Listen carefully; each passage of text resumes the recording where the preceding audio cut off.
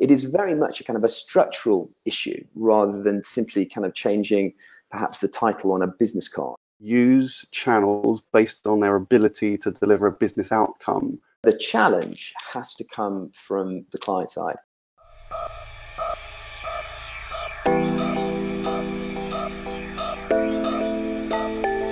Right, we're talking about the death of digital this week, which is a big old topic, but we'll give it 5 minutes, prompted by a typically provocative piece written by Professor Mark Ritson in Marketing Week, where he calls for the death of digital. And and what he's doing is he's responding to the kind of gathering noise, which has been going on for some time, basically to say that digital has become a bit of a silo, and that it's in no one's interest for people to keep referring to digital marketing, and for people to call themselves digital marketers is actually not helpful, and that we need to be thinking that marketing is marketing, and it's empowered and facilitated by digital. But it's a very good piece, which we'll link down below. But it's got us kind of thinking a little bit about, in our view, right, digital marketing landscape and how siloed or not it is. Yeah, that's right. And I mean, we've taken our observations from not only looking at the agencies that respond to our kind of pitch briefs, but importantly, looking at the organizational structures of many of our clients that are actually considered to be quite progressive when it comes to their own integrated kind of marketing operations.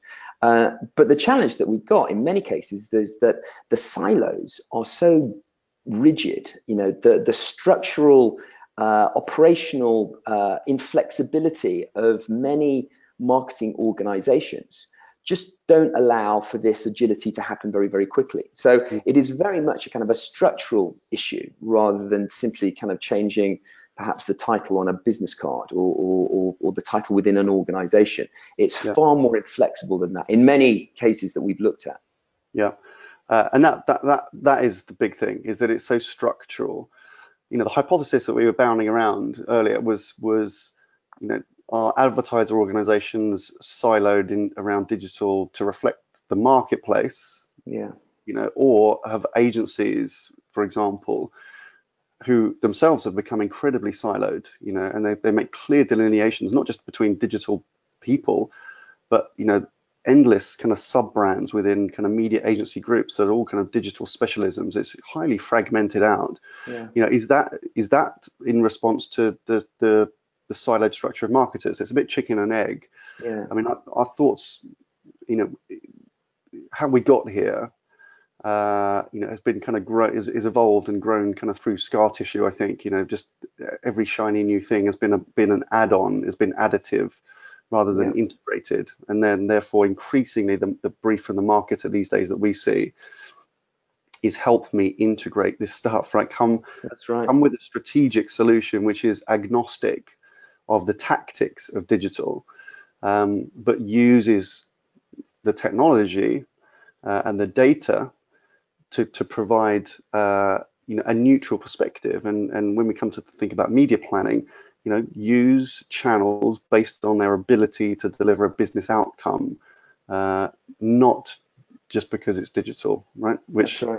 There's been some accusation placed on agencies as well the last few years that digital has been much more lucrative financially for them than so-called non-digital channels. And we've heard historically agencies say sometimes some kind of strange things like, we aspire that more than 50% of our revenues will come from digital media, which seems a little bit like cart before the horse without understanding what the actual client brief is.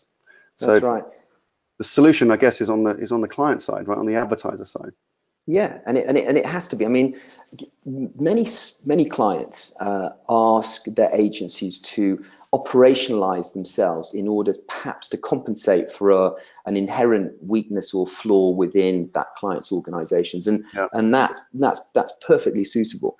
But for an agency to adapt itself and change the way that they internalize kind of media, and whether they integrate better digital within kind of offline media channels and media planning, it requires a mandate, a very, very clear scope of work, a very clear requirement for an operational change on the agency side. And what we do know is that, agencies are chameleons. They're brilliant at adapting themselves and developing and devising different operating models that fulfill different client requirements. But the challenge has to come from the client side in order to get that change happening at the agency side. And often, some clients are using the operationalizing of an integrated approach from the agencies as a catalyst for internal change, which is an equally effective method of changing internally. Yeah. But so I agree. I mean, the change comes from the advertiser side, right, where the money flows. But what we've seen is, it's not simple on the advertiser side. If anything, those silos are much more rigid. They're much harder to overcome. We speak to many media directors, global or regional, international media directors who are the leading executives in their entire organization when it comes to media, in theory, in the kind of broadest possible sense. But the scope of a media director has often been limited by by the kind of tyranny of digital, because there are new structures in place within a lot of client organizations where the media director is somewhat in tension with, like, the chief digital officer.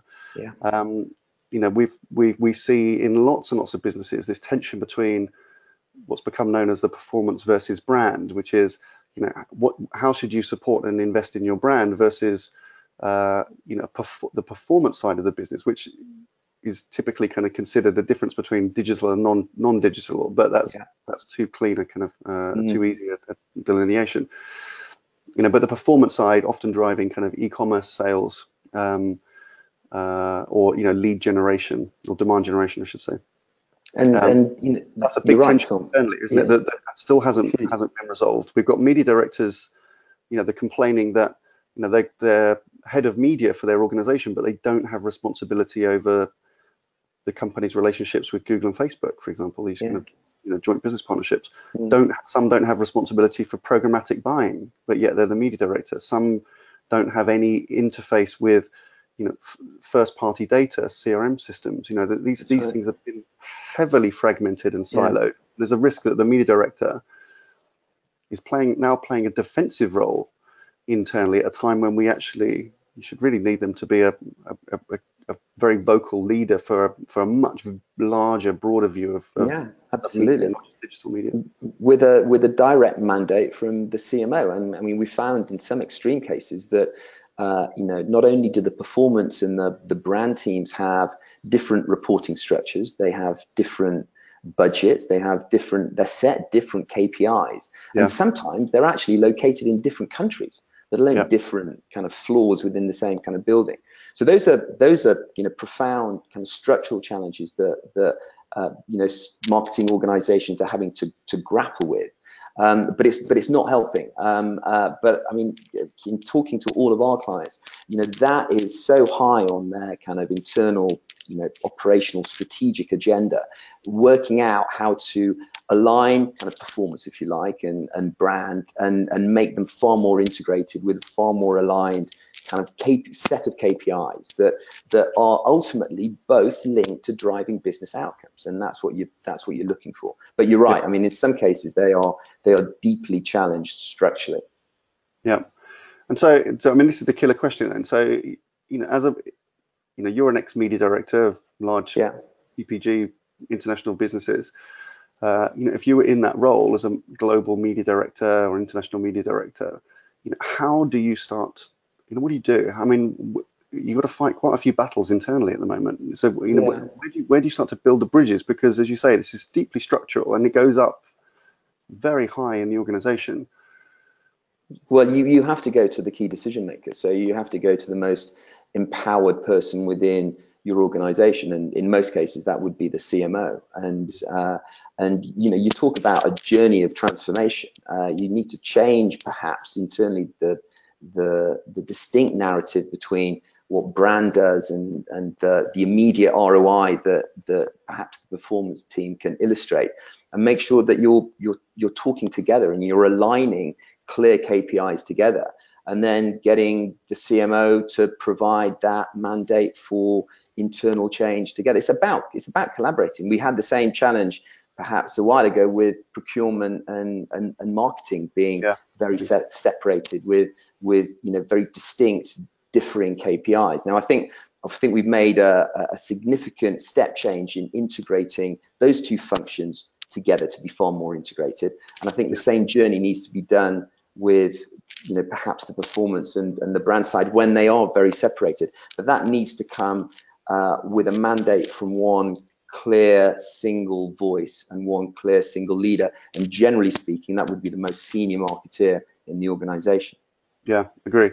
And where we've seen that start to happen, I mean, the structural change, these kind of structural divides are still in place, but this changing narrative of the CMO, where there seems to be now a realization that the obsession with precision marketing has kind of gone too far, and you can certainly customize messages on a one-to-one basis, and increasingly technologies can allow you to make that a better experience. But when a CMO is also responsible for the equity and the value of brands, there's a risk that that's been eroded by the obsession of precision marketing, because the CMO hasn't instructed their organization to invest in brands. And also, as I guess we all kind of knew all the way along, but maybe we were too afraid to shout about it. I don't mean us, I just mean as an industry. I think we're quite vocal about it, but is that you can't build brands through mobile banner ads. That's not how it works. You can communicate messages on a direct one-to-one, increasingly customized and relevant, and that's perfectly good. But brands, brands are shared. Brands exist in the minds of consumers. They build meaning on a mass scale. To understand the value of a brand, I also need to know how other people feel about it, and that really helps me understand that brand better. So, and you cannot build that on a one-to-one precision basis. So there's a huge need. I think marketers, CMOs now we're seeing CMOs kind of pulling back, scaling down some of their digital spend, reinvesting back into mass marketing, but smart mass marketing, because they see the value long-term in building the brand. And this is where their agency partners can invariably help. Their understanding and knowledge of how branding works, of how the targeting funnel operates, their understanding of how other brands have successfully managed this, will help change that narrative internally. And so leaning heavily into kind of their trusted agency partners, both from a creative and also from a media side, will invariably help provide a more robust business case for smarter, I think, media execution and media thinking. Yeah, agree. It's the next phase of alignment, isn't it? As you say, I thought it was a nice idea. We got marketing and procurement kind of collaborating better together now. We need to get the media and digital kind of different silos now to start aiming for higher goals, common KPIs. Right, before we do Good Week, Bad Week, something we mentioned last week, we've done a couple of episodes actually now on kind of the good, the bad and the ugly of pitches. We'll link to some above. You can see last week's episode where we talked about what makes a great media pitch. We mentioned last week that we were conducting some field research in the US. What we hadn't mentioned is that we're doing that in partnership with the 4As, which is the US agency trade body, who have very kindly kind of helped us shape a survey and distribute it across their membership. We'll be publishing the results, I think, towards the end of the summer. So it's still in field. If you work at a media agency in the US and you have a point of view on pitches, the idea is that we understand really where the pain points are and how we can help to innovate pitches. And the idea being is that better pitches is better for marketers. That's the ambition. So if you've got a point of view, we'll link down below. You can access the survey. Please give us your thoughts. It'd be really helpful, and you'll help the whole industry improve pitches, both for agencies and for marketers. Right, mate. Good week 4. Well, good week for Anheuser-Busch. which is the world's largest beer manufacturing company. And just in line with the kind of the topic that we were talking, they've actually announced this week that they are reorganizing their global marketing function.